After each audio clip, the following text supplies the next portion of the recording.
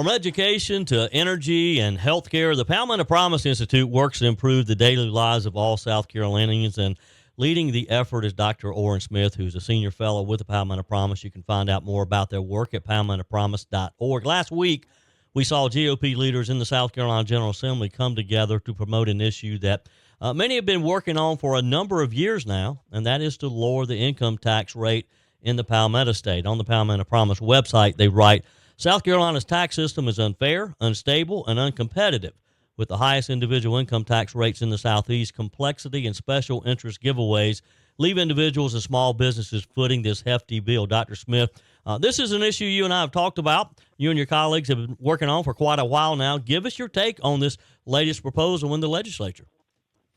Yes, well, Joey, I tell you, I could not be any more thrilled at this announcement. I trudged up to the State House and stood there in front of the governor and Speaker Smith and President Alexander with the Senate and the chairman of the Senate Finance Committee, Peeler, and it was a very exciting day. I can't believe it is happening because we have been complaining, cajoling, trying to provide some intellectual ammunition to the effort to reduce the individual income tax in South Carolina since our first study on the matter in 2015. So we were founded in 2013, and we put out a major study in 2015. So 10 years now, we have been working to try to get this tax cut down. It was 7% just a couple of years ago, and that was the highest in the Southeast by far. It was really embarrassing. So yes, this earlier this week was a real bold move. Yeah. Dr. Smith, tell us what you liked about what the proposal is, and what you've seen in the bill, and then tell us what you don't like and what you would have liked to have seen in it. Yes, well, there are a lot of things to like. I mean, it takes our rate, which has come down from 7 to 6.2, takes that down to 3.99, and then it also has a plan for how it can go to 2.49. So 2.49 would be lower than any other state. Arizona's 2.5.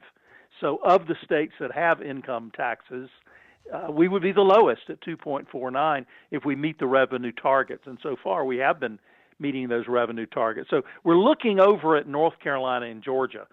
Georgia's going down to 4.99. They're targeting to get to that by 2029.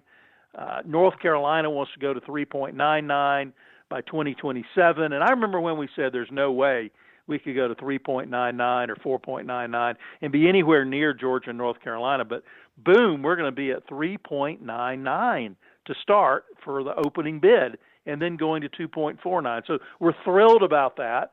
We're thrilled that it doesn't tax anything new. Yeah. Some of the national tax experts said, oh, of course you're going to go to 3.99 and 2.49, but you're going to find something else to tax. Yeah. Because most states who lower their taxes, they find they call it broadening the base. So they expected us to, say, broaden the base on sales tax to cover more services. Because, we tax products, but we don't tax services much in South Carolina. When I told them, hey, no, we're not going to tax anything new. We're going to just lower the rate, and we're going to make it flat rate. Everybody pays the same. So those are all really, really good points about this thing. Yeah, Dr. Oran Smith with me today with the Palmetto Promise Institute. Go to palmettopromise.org, and you can see all the great work that they have done over the years, and check out their freedom agenda for 2025-2026. Dr. Smith, I moderated a legislative forum last week, and I'm not going to call any specific names, but I had some legislators seem to suggest that if in fact this takes place, and they were pretty confident that it would, that we should be happy with this and not expect more. Now, there were some people in the audience who were cheering for no income tax. Is it realistic to think that we might ever get to the point that we eliminate it altogether? I think we probably could, particularly with Florida and Tennessee not having an income tax.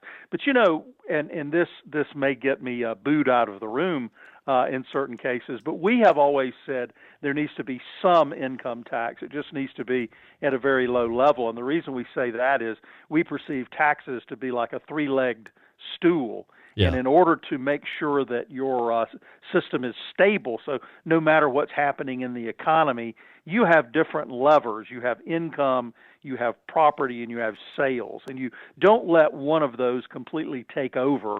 But if we go down to 2.49, then we have something there to provide a little bit of cushion if we get into real trouble.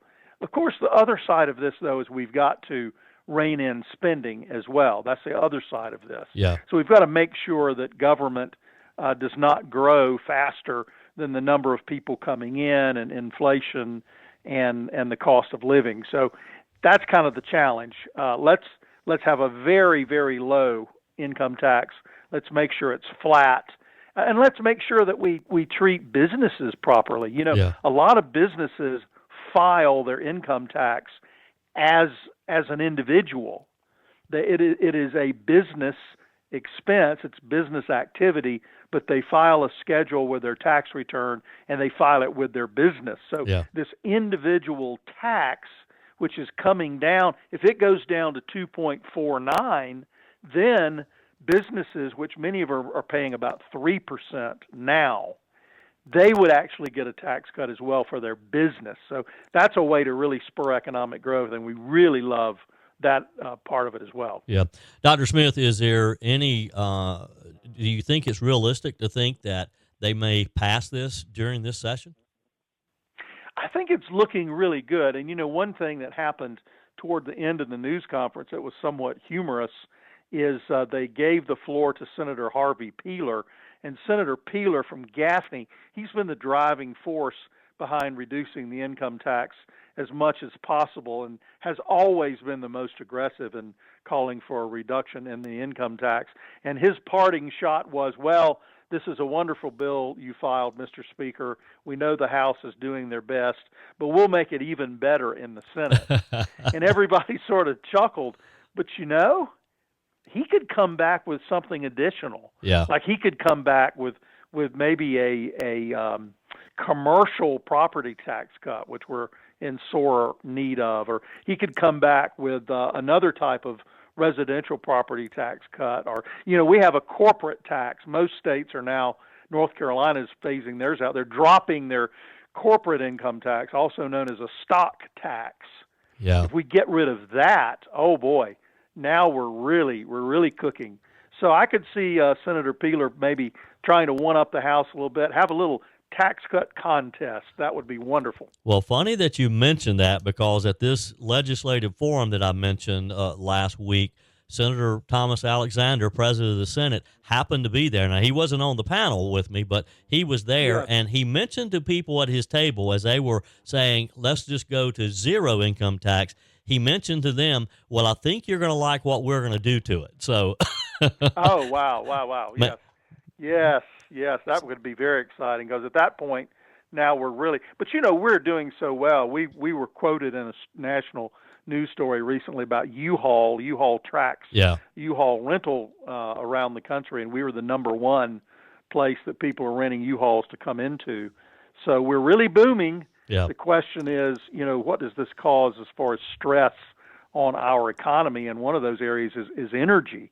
And, you and I have talked a lot about energy and the need for a stable energy source for South Carolina. So that kind of makes me a little nervous, but we want as many people coming in and paying taxes as we can. Yeah. Speaking of energy, and we have just a couple of minutes left here, maybe we'll visit again sometime soon, but you wrote a column published in the South Carolina Daily Gazette about the state of our future energy supply in South Carolina. And this is an issue that we've talked about quite a bit. You wrote, our goal should not be just to keep the lights on. It should be about saving consumers money and fostering economic growth through modernization. You write about a couple of options that could introduce some competition in the energy market. Have about 2 minutes left. Talk with us about that. Yes, very quickly. One of those was an energy imbalance market, and that's a really fancy, confusing term for having the utilities share and track their needs. Like if all the utilities in South Carolina were not operating completely independently, Dominion may need some power one day that Duke could supply, or Santee Cooper may need some power that Dominion could supply. But if the trading of the energy is done in real time, there's a possibility for lowering costs, because these independent, freestanding energy giants would not be operating separately. They would actually be cooperating. And then the second was something they have in Georgia, and that is, if you're buying a certain amount of electricity, you're allowed to put that out for bid. So what if we set, say, a certain level of kilowatts, that if you're using that level, then you have the ability to shop around, and then your local utility would bring the power in. They would be paid for bringing the power to you, but the power could come from some other place in the state. So you could have municipals, you could have the investor-owned utilities, all the different utilities competing against one another for the business of maybe a larger buyer of energy. So those are two ideas we put out this week in the Daily Gazette. Yeah. Dr. Oran Smith, Senior Fellow with Palmetto Promise Institute. Go to palmettopromise.org. Always appreciate your time as usual. And let's plan a time again soon and really dig into this energy issue. That's an important one as well. Yes, that sounds great. Looking forward to it. All right. Appreciate your time. Thank you. That's it for today's edition of Just the Truth.